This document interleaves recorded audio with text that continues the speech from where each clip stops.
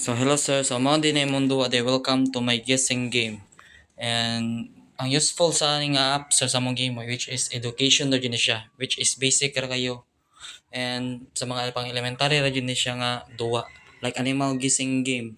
With this nga duwa maka-differentiate sila sa mga animals kung unsa na siya or kanang unsa na siya ka animals. So let's wait for a moment and voila. So here's the kanang kinunhan sa among kwan page. So nakita mo na ay picture nga Megalodon sir. So ilar nang i-click. I-click nila then nakita mo sa picture nga na skilled sir kanang mo na siya para incorrect niya. Once gani masayop sila so nay magawas nga image ulit ako sayopon no. Naay nagawas image. So one na pod ang incorrect guesses. So once gani na mapuno na siya sa 6 so mapildi ang one ang gaduwa like mga bata makakasayop po sila and dili na po na sila maklik balik mana among ako man na ako man lang gi JavaScript na once click ra siya i-disable siya once na maklik so game over and makita pa na the correct word was Megalodon and naka-play again na namo ilis pod na siya ang images so that ang gaduwa or mga bata daghan sila mag-guess pero magiputan da pulo ra mga simple na ng animals ko like dodo and say man na anaconda na taga-refresh, taga-play again mo ilis pud ang mga images and ang mga words nga length niya sa babaw like anaconda. So it's just a simple game. Dili kay siya complex but nahimo jud namo. So mao ra to among website and let's move on na sa kanang explanation on how we make this app. I mean web. Thank you. I assign to index HTML. So as you can see, the first screen before you enter the game. I explain the code including this function, animation, and button. Before I create a program, I focus the button before you start the game. So first, you click the start button and you can see the loading screen that I have to include animation loading circle and JavaScript.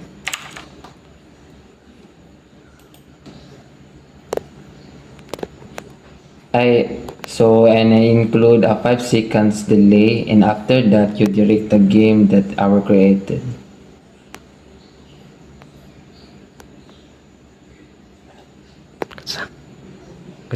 Sir, mao ni among kuan sir ng among buhat na mo ron sir niya. Akong gibuhat ron kay index HTML sir. So ako itag buhat sa mga design sir. So mao na ito ang code na mo sir. Go. Sir, kung mao na yung among kuan sir kining picture na mo sir, diri na mo gikuha sa code. So diri kining background image o picture circle. Ya dason background repeat no repeat niya background size of cover niya. Diri mo na sila mga kuan sir na mga kung mga sukod na mo sa mong image. Ya akong gibutang na sad sir, ang design na mo sir kini na sad kining welcome to kuan guessing game. Ya. Kini mo na mong code sir. So kini ang kuanan niya ng stylish pa kuan container introduction elements kay Monic white niya center niya sa kuan naman sad sir sa font size kay 60 px ba na px niya margin buttons px niya color white niya dason sa stylish and programmer for size 30 px niya dason margin buttons mo na yung concert to ang sakto ra sa pagkuan ba na pag letter naman. Go. Nya ang sunod akong gibutang na design sir, ang kining start sir na sa akong pagkuan na musod na siya sa game ba. Na mo ni siya ang code sir ng feeding niya px niya 20 px niya for font size kay 1.2 em niya so background color kay blue siya sir. Nya dason akong gibutang na sir kay background ay kuan ang Go. Sir, akong gibutang ni sir kay start button hover. So, mura gibot nga na kung kuan ba nang nindot na mo kuan jud siya man nindot nga na start sir ba nga na may effect. Go. Ang sunod na kong gibutang na design sir kay loading screen. So, unya pa na ako na start sir kay pakita man akong code nimo kung kuan. Yeah, so morning code niya sir ng display inline block niya dason with px px nya dason height nya relative nya dason multi-loader div nya dason border box nya blocks and absolute nya 44px nya height nya margin border 4px solid and transmit quad nya multi-loader na sad sir nya tulo man na sila sir nya akong gi-add na ni sir kay keyframe rotate. So ang keyframe rotate sir kay mo ni siya sir kung akong i-start ni sir mugawas ang loading sir, so mani nga na ang effect ba. Okay. So moro to akong gibuhat sir na design sir na HTML.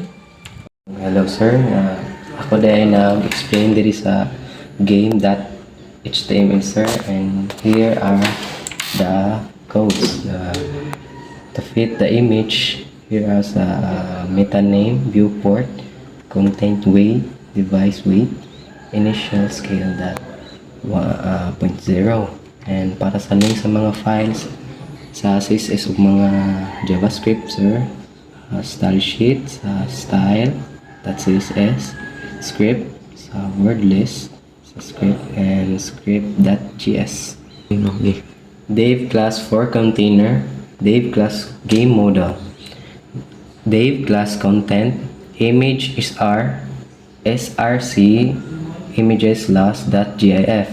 So diri nga code sir, diri mi nagkuha sa mga loss.gif nga image sir. Then diri sa hr game over, p the correct word was rainbow, bottom class. Diri nga code sir kay ato dito nimo makita nga ang duha is ma-game over sir. Okay. Example na mo sir nga mapindi. Cancel sir. Ito 6. Nasa game over. The correct was kangaroo. Div class container, div class hangman box, image xrc images hangman dot 0.svg. So diri nga image sir kay diri mi nagkuha sa images diri siya sir, then hangman, and diri nga code sir kay imong makita dito sa website kung marunong ka sir. Like example sir, here's some example. So kana sir, gawas na siya nga hinihinay na siya o mahimog tao. Game over. Div class gamebox, view class world display. So kaning code dito sir is makita nato dito sa website nga kani sir mga word sir.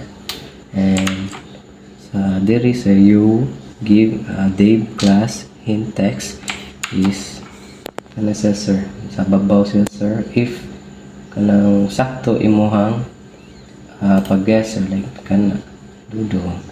Okay. You div class hint text sa image class hint image src out hint image. So diri nga image sir, ang gikuha nga image is nara sa diri sir sa pictures, images, and sa kaning hint image sir, hint text sa to ba is kani sir dinosaur, wala siya sir, and the guesses text, the incorrect guesses kani sir na siya, and 06 kani sir. Okay. Ano ko? So thank you sir, and kanira that's all, and kanira ako na contribute. So let me explain the back end of our project, like how did it work. So it means dili na sa magana og wide JavaScript kani sila no kani na sila JavaScript. So I will show you the JavaScript of our code. So una sir, nag-create ko ano yung wordlist.js JavaScript. So cons wordlist, then array na siya sir, array. Then word niya kay rabbit. Din ang hint nga image mo ni siya pictures mo ni siya. So mo ni mga answer niya, rabbit siya nakahimumig na pulo. So rhino, so mo na may mga images sir. Okay. And then ang kaning word list sir, ako na siyang gi-call dere sa game.html. No. Word list.js. So ari ta sa script. So selecting DOM elements. So nag-create ang variable cons hangman image document query selector dot hangman box dot image. So select na to ang kaning hangman box dot image kani samto nawa ari hangman box dot image kani sila gi-select na to siya sa script. So the same ani tanan. So word display nag-carry select rata, and then nag-declare tag game variables. So let current word, correct letters, and wrongest count. Then cons max guesses equals 6. So asa na siya dito sa diri max guesses niya 6, so dyan na siya. And then nagkuha po ko nga comments, mga short comments na po. So function to reset the game to initial state. So nag-create tag array nga empty correct letters na wrongest count 0. So hangman image that is rc images hangman, then wrong guess count that is vg. So guess text that inner the text. So diri nga code sir para reset ra na siya, para reset ni siya sir. So if wrong na siya, no mo ni nakapadaga na nga code diri nga code sir, split niya then join then remove show. So if man na balik siya tanan, na-reset naman siya. And then cons get random word. So dili na siya sir. So cons word nag-disod na to ning word ug hint, meaning an address sir na word ug hint. So atong disod diri word ug hint. Then word list mathlore times word list dot length. Ano word list diri na siya sa pangan sa array word list. And then so cons image document kaya selector that hint image. So kanisla hint ni sila, so that kanang random ra sila ang mga picture if madaog baron or i-refresh. So ano, then di call na tong function reset the game. Pusa ni so kanindi nga code nga part dresser. So nag-create tag function to handle the game over scenario victory or loss. So cons game over niya is victory. Nag-set out timeout so that kana na siya delay gamay. Cons model take is victory. You found the word. Correct word was like something na. So sagol na siya sir. Like i-show siya. Sagol na siya sa victory o loss. So let me show you. So let's say nga win tani. So that mo ni. So you found the word. So nadiri. Then the correct word was anaconda. Mo ni siya. And then if mapildi siya, ari po ni mo show mo sa no, the correct word was dudu. So mo ni siya. Then H4 mo ni siya mga kidakon sa mga text yung current word. Then nag-set tag delay nga 300. So sorry. Then nag-create po function to handle the game logic when later button is clicked. So nag-create tag kuan variable na po cons init game button click letter equals if current word includes click letter. So nag-iterate at through the word check for correct letters. So for each dinagawa pa ta current word for each letter index. So kanidi nga code mo ni nakapadagkuan. Sana pawagana sa kaning like mo detect siya if marong siya, no. Mo disable siya, then ma-correct po siya ay kana incorrect mo record siya, no. Mo na siya yung gamit diri nga code. Then wrongest cut, so makadako siya samtang nasayop ta like ani maka plus 1 siya, no. Plus 1. Yan, plus 1 na po siya until 6. Then the next 6 mag-game over siya. Kaya mo man na atong atong code kuan siya, atong default siya, then correct word that length return game over, so true. Then mabuton that disabled to true pud na siya if ma-click na ang letter. Di na ta kabalik og click na niya once click na siya. So very kanang kuan. And then muna siya keyboard layout. So nag-create po ko layout sa keyboard sir, like para QWRTY QWERTY nga arrangement. Then function to create buttons based on the QWERTY layout. So nag-create ko og function const create button na nag for loops ko let row keyboard.length so kani nag for loops ako niya. Then document create element button so mo ni mga button. And then row call then pin child button clock button. Then nag-add ko event listener init game target keyboard layout row call. Then keyboard dev append child document create element br so na ay break like ani magka-break sila. And then nag-call ko sa function to create buttons.